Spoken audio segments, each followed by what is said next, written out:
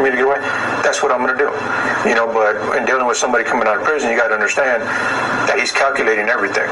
You know what I'm saying? He's being observed, he's being patient. What calls for what? You know what I'm saying? He's using his mind more instead of just reacting to a certain situation like you got youngsters out there. You know, so it's a totally different situation. You can find yourself dead or hurt or, hey, going home that night. And a law enforcement official on the street needs to understand many of these guys have been hit with impact rounds 4, 5, 6 times. They've been sprayed with pepper spray. They've walked through CN and CS in order to complete their mission. They're not just going to quit because you're telling them to do so or because you've deployed some munition or tool to get them to stop. If I was on a mission and you caught me on the way to do it, I would definitely be looking to take your life. I mean, and it would be a quick thing. And you know, it wouldn't be about the assessments that I would make of you. Either way, they aren't going to impede me from doing what I have to do. They're just going to help me in judging how I'm going to carry it out. Because if I think that I can just really overpower you physically, I might try to do it quietly. But if I think that I would have problems, then I'm just going to shoot you. And that's basically what it means. It doesn't mean it's going to happen or it's not going to happen. It's just how it's going to happen. Personally, my plan had always been really simple. You know, if someone pulled me over during the commission of a crime or after having just committed a crime, I would just wait for him to come to my window, and as soon as he stuck his head in there, I would shoot him. And that's pretty cut and dry. You know, I wouldn't shoot him from a distance. I would not want to get into a shootout with him because I'm scared of guns. I mean, I don't like bullets coming at me. I mean, if I shoot somebody, I don't want them to be shooting back at me. So I want to basically catch them when they're slipping. If they're in the process of committing a crime, you know, and they know they're going to get busted, well, most of the time they'll wait because, I mean, in prison as well as in the streets, patience is a virtue. So what we do, we always look for that weakness that a police officer commits. You know, one thing that we always found out that a lot of police officers like putting their heads down when they like to write, or they like to get too little close, you know, not really pay attention to the individual, because a lot of police officers, they want to exert their authority. They think just because they're in blue or they have a badge, I'm the man here, you know, I'm more superior than you, he ain't gonna do nothing to me, I'm badass. But they fail to realize that a lot of individuals coming out now, well, they're gonna take these opportunities. You know, they catch you looking down while you're writing, you're up too close, whatever, they're gonna take one. They're gonna try to take you, you know what I'm saying, in order to get out of there. And 9 times out of 10, if there's more than one person in that car going to do a target, you know, you're washed up. You better get back up before you even approach that. I don't know what you're because if I'm with him, I already know what he's going to do. He got 2 strikes. He ain't going back to prison. And we ain't leaving our partner behind. I mean, we take into consideration the fact that when you make initial contact with us, it's going to be a one-on-one situation, and we're going to have the advantage because we know what you're bringing when you're walking up to us. You're bringing your gun, you're bringing your radio. And if you're alone, if you don't have a partner, that's all you're bringing. You have no idea what I have waiting for you in my car, in my waistband. You're basically walking up onto the situation cold. And at that moment in time, I have an advantage over you. This is something that we talked about a lot. And that's where the aggressiveness comes into play. You know, if I take aggressive steps then, when I have the advantage, chances are I'm going to win. If I wait until you have a chance to make your call and backup arrives, I'm going to get caught because there's no way I can deal with the whole police force. Put it this way, it's either your life or the law enforcement's life. So if he's coming in between your mission or your objective, even if he's just pulling you over and you haven't completed your task yet, you're going to come back here and you're going to have reprisals against you. And if you can't clean that up some way, then it's your life in danger. And that's the way people look at it. So, of course, their objective is going to be, whether they're pulled over, it's going to be, you know, if they got a gun, they're going to use it, you know, because otherwise it's their life that's in danger coming back here without completing their mission. While you were at Pelican Bay, you were involved with Raul Leon? Amongst other Mexican Mafia members, yeah. Mainly him, because he's from my neighborhood. Can you detail the elaborate escape plot and how it was going to impact local law enforcement in Crescent City? We were going to get these guys that were getting ready to parole to come back up here and break some of us out. It was being financed by a guy named Matt Marquez. He was involved with the Arellano cartel. I'm sure you guys are all familiar with him. He was going to supply the money, the weapons, and the safe route out down to Mexico. We did several times. I myself did 3 dry runs. I ingested some crystal meth while I was in the shoot and complained of chest pains. When I was taken out to see the doctor, my heartbeat was obviously racing from the methamphetamine I had ingested, and it took me out. My mission was to count how many guards were with me, how many guns I counted, literal guns, how many guns they were carrying, the route that we took. And it was scarily simple the way this was done. I counted at most 3 guards with me and 4 guns. So there was a person on the outside coming up to visit that did his dry runs from his end. Yes. That was going to facilitate the gang members when they actually came up. Yes. And just to scope out how the hospital was, possible getaway routes, all that. You guys were going to be waiting at Sutter Coast. When the ambulance showed up, you know it's a CDC transport because you have a CDC car behind it. As soon as the CDC staff gets out, they were supposed to kill all the COs that were escorting them, kill everybody around, put him in a van and drive him out.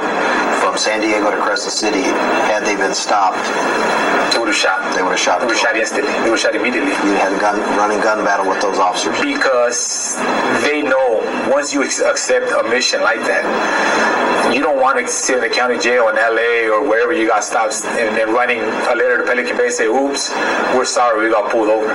Because then these guys would be in the hat.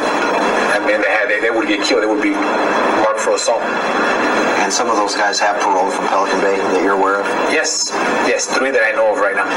This plan is still, to your knowledge?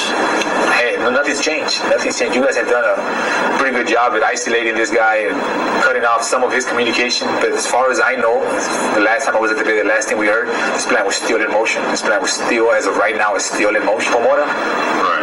Pomora, that, in my opinion, it was a big mistake. Look what happened. Look at what happened. They just went into the neighborhood and started picking everybody up. I can tell you, if I was back at Pelican Bay, still active, a lot of those would be very, very upset at what took place. And unless it was a specific hit, which I don't think it was, they would be very upset because they just went in and raided all their houses. They lost all that money. They lost all those soldiers in the streets because this one youngster got crazy and went and killed a cop.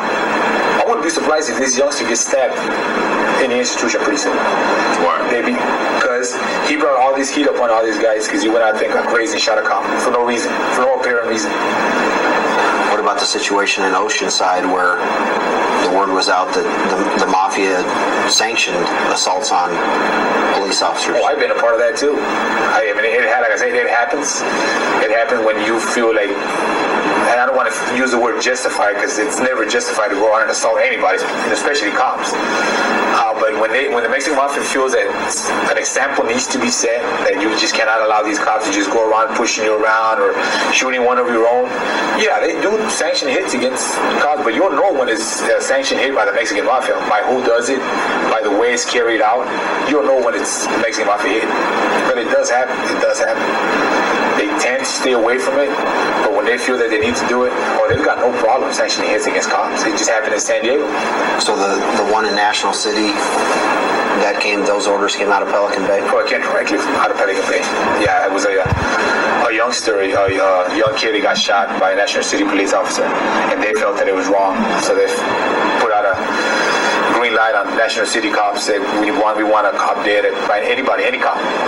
And then they sent out a word out there, said they would start shooting cops. Yeah, that came out straight out of Pelican. Do gang members in Pelican Bay shoot, or in general, do you guys work or practice at sizing people up?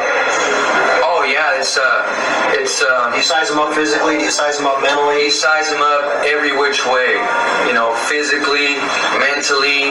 You try to break them down. You try to break them, even though it's a person that you might not even think, that would do something for you.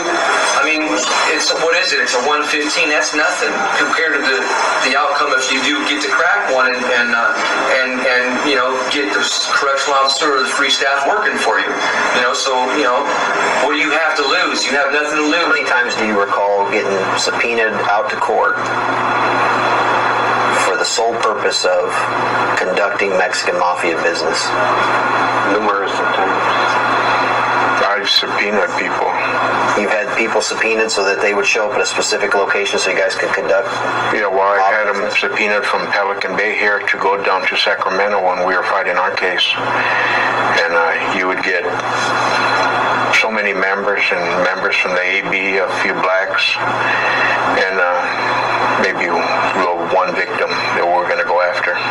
And you'd subpoena the victim as well? Yeah. If he wasn't already where you were at? Yeah. Los Angeles was always one of the Hot spots for that we used to get conducting down there, go down there for specific reasons to conduct Mexican Mafia activity. And so that's part of your networking tool. Yes. Do gang members, do they sometimes maybe partake in prison crimes specifically so they can get court appearances? Well, they want to stay in the county jail. They say, pull me down, let me catch a case so I can be down there for a while. Because that's where all the drugs are at. Quick visits, and it breaks up time. Instead of being in the same joint for a long time. Right. So that's a place to go, down to court. What's going to happen when, say, Epi was still in the organization and you go back to a county jail and nothing's really happening? What should the deputies in that jail expect is going to happen either while you're there or after you've left? No, they're going to expect a lot of change. They're going to see a lot of difference. You're going to see people, educating, exercising. Things are going to be more quiet. But now, just because we're cool and everything doesn't mean that we're not doing what we have to. We're going to be, teaching weaponry. We're going to try to find ways to get drugs in, how to get drugs out, how to put hits down. And this is what's going to take place. But we train our people to stay away from the light of you guys. So that way COs don't focus on us, because the less heat comes on us, the more we're capable of carrying out our activities. And then, like, say if I got there, I would set up a chain of command. I'd be up here, I'd have one person below me, another person be below him, and then you'd have your soldiers, depending on the manpower that you got there. Now if I happen to leave, well, there's somebody there who's going to step into my spot. So you got reserve commanders. So that way the unity and the activities going on there stays intact. So that way when these individuals happen to come up to prison, they pretty much know what to expect when they come up here. Because they've already been they've had a taste for it. Well, let me ask you, if you're at Pelican Bay and for whatever reason you get subpoenaed to go out to court to a county facility, is there status attached to coming out of Pelican Bay, either the GP or the Pelican Bay Shield? Oh, quite naturally. Like down there where I'm out of LA County Jail, and they have a high power section in our jail. And when I went back out to court, there was Nazi lowriders, and then they say if the Aryan Brotherhood member comes down to court, whichever white man has the tier tender job at the time, which is, he gets 3 hours out in the tier to use the phone and all that stuff, just to sweep and clean for 5 minutes, but he gets that phone for 3 hours and run the tier and do what he wants, that status is automatically his. Plus, he picks up automatically the keys, per se, to the house. What I'm saying? It's like, he's the management, the landlord. The police are not the landlord.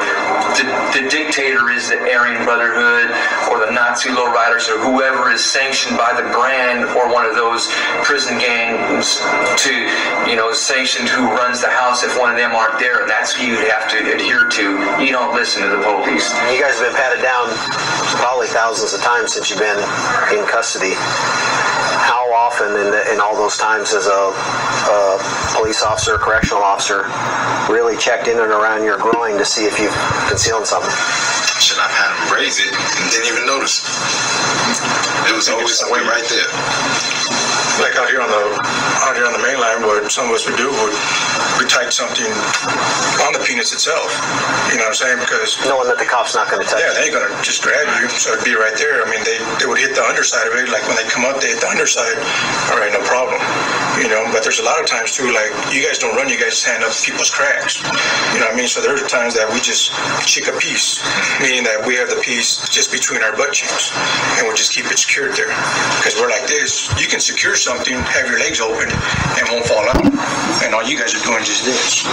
It could just be in between the cheeks, or it could be, tied onto the penis. Martinez. The Mexican Mafia today is in the position that the Sicilian Mafia would have been in 1920 in New York or 1930 in Chicago.